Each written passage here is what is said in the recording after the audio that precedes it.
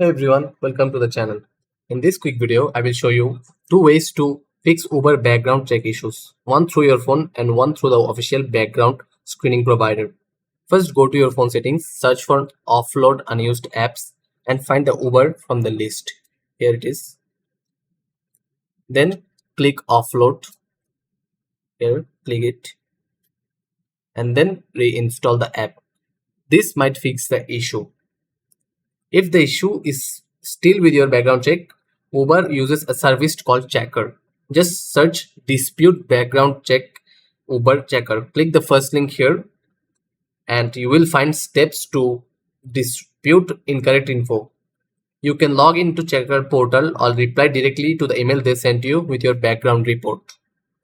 Once logged in, go to the help center to contact support, fix error or submit a dispute if you were wrongly declined. Here are the details. You put the details correctly and submit the report. After that, this should fix the Uber background check issue.